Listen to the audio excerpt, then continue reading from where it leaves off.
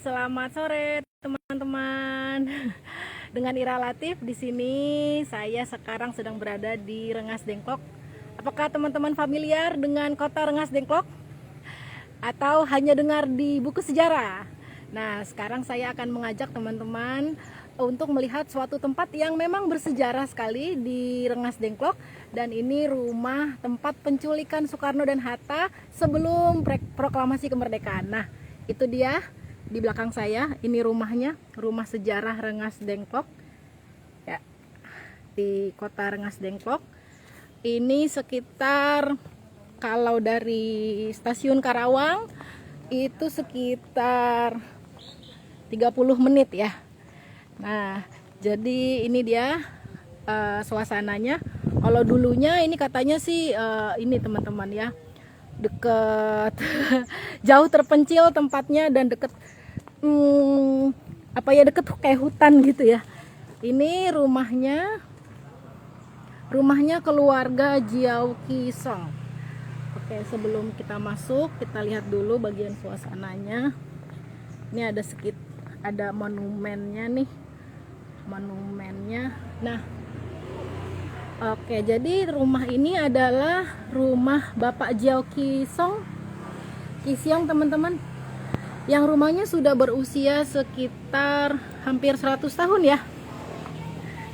Nah, jadi dulu peristiwa penculikan Soekarno dan Hatta itu terjadi pada tanggal 15 Agustus ya. Kita lihat dulu ya. Jadi waktu itu kaum muda ya, yang dipelopori oleh Adam Malik, Khairul Saleh dan Soekarni, membawa Soekarno dan Hatta dari Jakarta ke sini, diculik lah ya gitu, untuk merayu Soekarno dan Hatta untuk secepat mungkin memproklamirkan kemerdekaan Indonesia, karena waktu itu kan Jepang sudah kalah di Perang Dunia Kedua ya. Jadi dibawa ke tempat ini ya, dan bermalam selama 1 malam ya. Nah, ini dia rumahnya sederhana, tapi pada saat itu teman-teman, tentu saja ini termasuk rumah yang besar ya. Ini pemiliknya, kita lihat rumah pemiliknya, sosok pemiliknya Bapak Jiao Ki Siong, yang sangat berjasa sekali ya. Beliau itu adalah dulunya petani teman-teman gitu. Nah, ini rumahnya penampakannya zaman dulu ya itu. Nah, kita lihat di sini ada kamarnya. Oh iya, ada kamarnya. Nah, yang ini kamarnya Bung Karno. Nanti kita ketemu sama cucunya Pak Jiao Ki Siong ya. Nah, ini kamarnya Bung Karno. Di sini dulu bermalam tempatnya. Ini dipannya masih asli teman-teman ya, hanya kasurnya ini. Kalau sekarang ada foto-fotonya Soekarno ya. Nah, kalau sekarang dipasangin macam-macam ya, memorabilia tentang Soekarno ya. Kamarnya sederhana sekali. Nah, kalau yang ini kamarnya Bung Hatta pada waktu itu ya. Oke, jadi Rengas Dengklok ini dekat dengan Karawang ya teman-teman. Kalau dari Jakarta mau ke sini seperti saya tadi, dari Jakarta bisa naik KRL sampai di Cikarang, terus nyambung ke Karawang baru nyambung lagi dengan angkot dan Gojek. Nah, kenapa rumah ini yang dipilih ya teman-teman ya? Karena dulunya kan memang sengaja dibawa ke tempat yang jauh sekali ya. Para pemuda itu membawa Soekarno dan Hatta ke tempat yang sangat jauh supaya tidak bisa dipengaruhi gitu. Nah, ini ada pemiliknya, keluarga pemiliknya. Kita wawancara sebentar ya, 1 menit saja ya, dengan Ibu Yanto. Salam kenal Ibu. Iya, terima kasih sudah menerima kami nih di sini ya. Ya, nah mungkin kita mau cerita sedikit ya, atau mau tanya sedikit nih ke Bu Yanto. Bu Yanto ini adalah cucu ya, cucu mantu ya, dari Pak Jiao Ki Siong ya. Bu, kalau boleh tahu, mungkin Ibu pernah dengar cerita kenapa akhirnya rumah Bapak dulu yang dipilih gitu? Kan saya udah bilang cari tempat yang aman, jauh dari pengaruh-pengaruh Jepang gitu. Oh iya, jauh dari pengaruh Jepang ya, karena dulunya kawasan sini kayak kayak hutan belantara gitu ya Bu ya. Hutan belantara sih bukan. Maksudnya Kata orang Sunda malu, jadi kayak penduduknya jarang zaman dulu kan. Jarang. Penduduknya Heeh. pohon besar-besar. Pohon besar-besar. Kalau dibilang hutan ya bukan. Aksesnya jauh lah ya dari mana-mana gitu ya. Dulu masih sepi. Masih sepi. Dan katanya rumah yang tempat ini tuh bukan lokasi aslinya pas penculikan itu ya. Pinggir kali. Ya dulu jadi di pinggir kali ya, jauh ke sana teman-teman. Terus karena makin lama deket sungai gitu ya Bu ya, dipindahin bener ya Bu ya ke sini. Sering banjir. Banjir abrasi, Jatiluhur belum jadi, makanya banjir besar. Akhirnya disuruh dipindahin rumah ini. Dipindahin dan lokasi. dicopot berarti Bu. Iya, Dicopot satu-satu. Nah ini rumahnya masih bagus ya teman-teman ya. Lihat kondisinya, katanya kalau mau 17-an kayak gini dipercantik ya, kayak dipersolek, dicat baru, cantik. Tapi ini rumahnya belum menjadi museum teman-teman ya. Memang bukan museum, ini rumah keluarga karena keluarganya masih tinggal di belakang sini, masih bareng.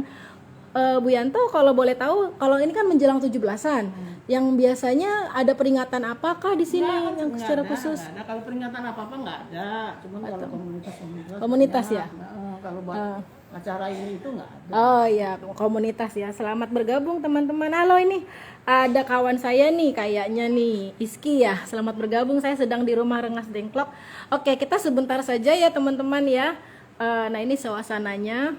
Nah jadi teman-teman di tempat ini pun juga biasanya kalau menjelang 17-an seperti sekarang ini ya, banyak komunitas yang datang ya, komunitas sejarah, pecinta sejarah, termasuk komunitas ini ya, kabarnya sih pecinta Jeep ya, karena dikisahkan waktu itu Soekarno dibawa dari Jakarta, waktu itu ya juga menggunakan Jeep Willys, satunya Jeep, satunya lagi sedan. Jadi waktu itu dibawa oleh para pemuda di sini ya. Dan sekarang akhirnya para pecinta mobil Jeep ya sering mengadakan acara ke sini. Dan juga ya teman-teman, di rumah inilah waktu itu ya Soekarno dan Hatta mulai menulis naskah proklamasi ya. Jadi dimulainya di sini dan akhirnya dirumuskan dan ditetapkan di yang sekarang menjadi Museum Perumusan Naskah Proklamasi di Menteng ya teman-teman. Nah terus kita lihat ada apa lagi di sini ya. Oh kalau yang ini ada ada bait puisi Karawang Bekasi yang ditulis oleh Hairil Anwar ya, pujangga Hairil Anwar, yang terinspirasi dari peristiwa ini teman-teman ya, peristiwa penculikan kaum muda ya waktu itu ya di sini. Nah itu saja teman-teman. Kalau teman-teman berminat untuk barangkali datang ke sini ya, melihat rumah ini langsung, biasanya kita tahu hanya di buku sejarah ya. Terima kasih Ibu Yanto ya, terima kasih banyak. Nanti hari Minggu saya dan Wisata Kreatif Jakarta mengadakan tur ke Rengas Dengklok. Kita akan lihat rumah ini. Juga di dekat sini ada monumen kebulatan tekad ya teman-teman ya. Jadi yang menarik nih, pemuda di sini waktu itu di Rengas Dengklok ini sudah menaikkan bendera duluan teman-teman, pada tanggal 15 Agustus ya. Mereka sudah menaikkan bendera sebelum kita menaikkan bendera di monumen proklamasi, di peristiwa proklamasi ya tanggal 17. Mereka sudah duluan naikin bendera waktu itu di sini tanggal 15 karena mereka memang pin buru-buru ya, pin buru-buru Indonesia merdeka ya saat itu. Dan akhirnya dinaikkan benderanya di dekat sini. Ya, oke, itu dia tadi teman-teman sekilas ya. Mungkin selama ini teman-teman hanya melihat saja suasana, melihat rumah Rengas, hanya tahu Rengas Dengklok dari buku sejarah. Nah ini dia wujudnya ya, yang sangat menarik sekali ya, rumahnya masih bagus. Dan saya tadi dapat informasi dari pihak keluarganya, ternyata mereka ini masih mengurus semua biaya perawatan rumah ini dari biaya keluarga saja teman-teman ya. Belum ada bantuan dari pihak pemerintah gitu, karena belum jadi museum juga ya. Jadi makanya nanti kalau teman-teman datang ke sini ya berkunjung, nanti ada kotak donasi juga di sini, teman-teman bisa bisa berdonasi. Terima kasih banyak teman-teman sudah bergabung. Sampai jumpa lagi di lain kesempatan.